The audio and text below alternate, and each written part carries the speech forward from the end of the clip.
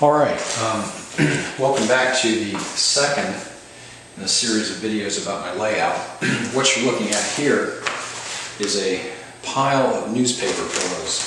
And what I'm going to use these for is actually forming some low hills around the layout. I had showed you before in the prior video about the mountains and the backdrop area of the layout. And so I thought I'd just add a few more small hills and ridges to add some interest to the layout. And I'm doing that by, first of all, creating these newspaper pillows. And I'll arrange them in various places. If I need to hold them together, I'll use some masking tape.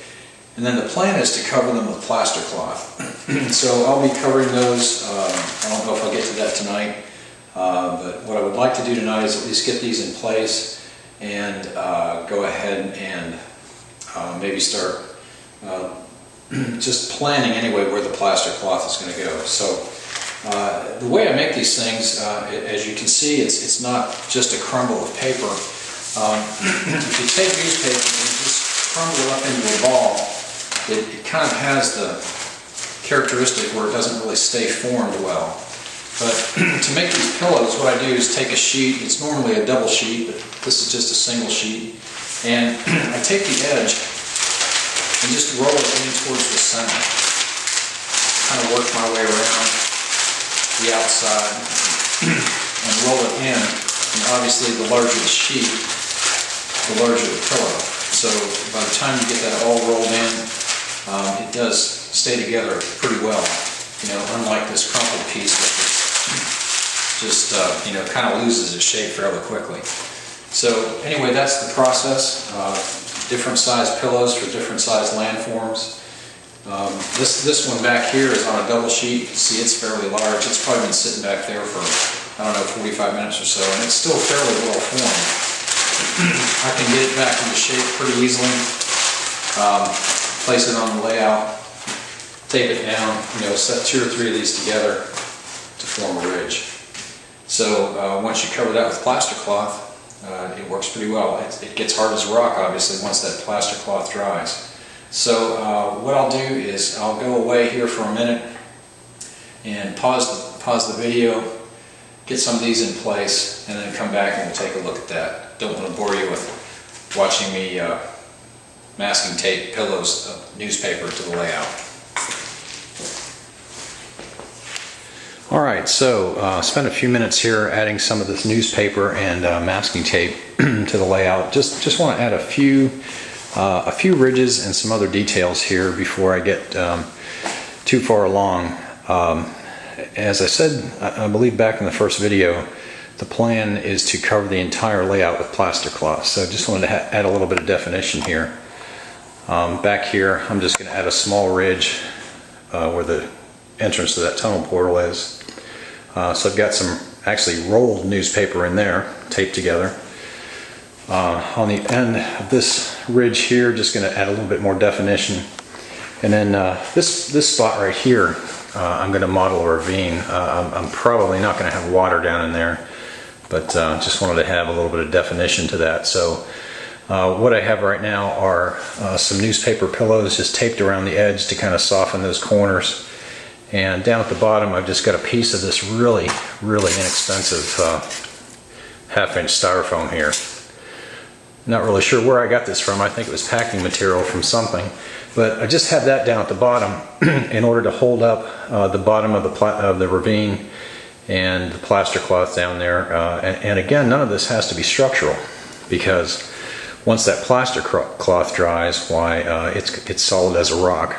No pun intended. But anyway, there you have it. I may see if I can get a few maybe strips of cloth on here, kind of get that started to show you what it looks like, and we will go from there. So I'll be back in a few minutes. Okay, I've got most of this cloth in here in this little ravine that I've been working on. It's taken me, I don't know, maybe 20 minutes or so to get this much done. And I thought I would go ahead and show you how easy this stuff is to work with. I did learn one valuable lesson tonight, and that is don't ever buy cheap plaster cloth. What I'm using now is actually Woodland Scenics plaster cloth. All right, I think that's all I'm going to do for this evening, but just wanted to give you a look at the ravine here with the plaster cloth on it. And it's been sitting probably 10 to 15 minutes now, but sometimes it being white, the contrast is a little bit hard to pick out. But anyway, you can see where it now actually looks like it might be a landform as opposed to newspaper with plaster cloth on it. So that's the plan. I used about a roll, 15 feet of plaster cloth to cover that ravine.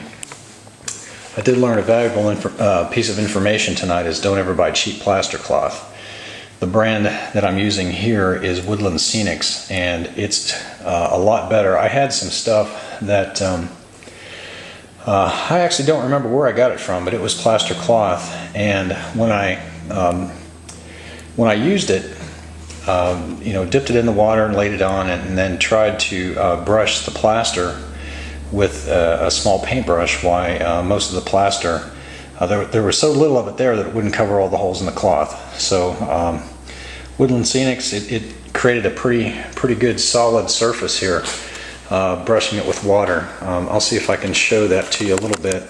Just took a little 1-inch paintbrush here and keep it wet, and I'm just going to brush over here. I don't know if that's showing up very well on the video, but you can keep it damp as you're working with it.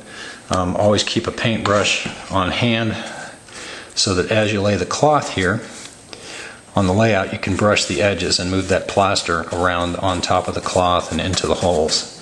This is, as I said, has been sitting here for about 15 minutes now, so it's not going to move around very much. But anyway, you get the idea. What I do around the edges here as it comes up against the track bed is I try and seal it as closely as I can to the track bed. And what that does is it prevents the ballast, which will go on in the future, from falling down underneath the plaster cloth or falling through the table. So always a good idea to seal that as best that you can. So decided not to put that little lump on the end of this ridge here. I think it was going to get too close to the track, so I decided to leave that off. There's my plaster cloth roll sitting there. It's what's left of another 15-foot roll.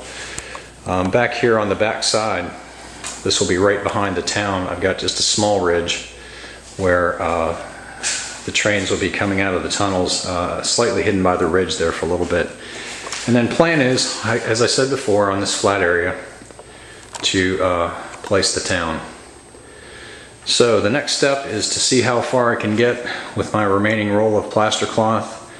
I've got some edges here around the ravine to seal up yet. There's an edge right there at the end of the bridge, and back here on this side of the bridge I'm going to lay plaster cloth under there and get all of that sealed up. So that'll be the next steps. I did find some wire the other day. Trip to Hobby Lobby, they're kind of getting out of their individual HO train sales. They're not selling the cars or the engines separately anymore. They're just offering train sets. So they had some of this 3-conductor wire, model power, on sale, which will come in handy for wiring all my switches.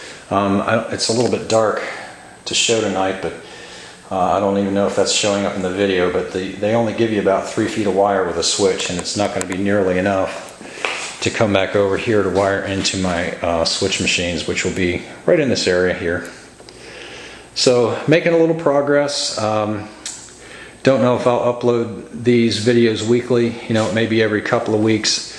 I haven't really had a chance to work on the layout for about a week and a half. So with Labor Day holiday in there, it's been about a week and a half since I've done anything. But it's coming along. The more blue stuff we get covered up here, the better.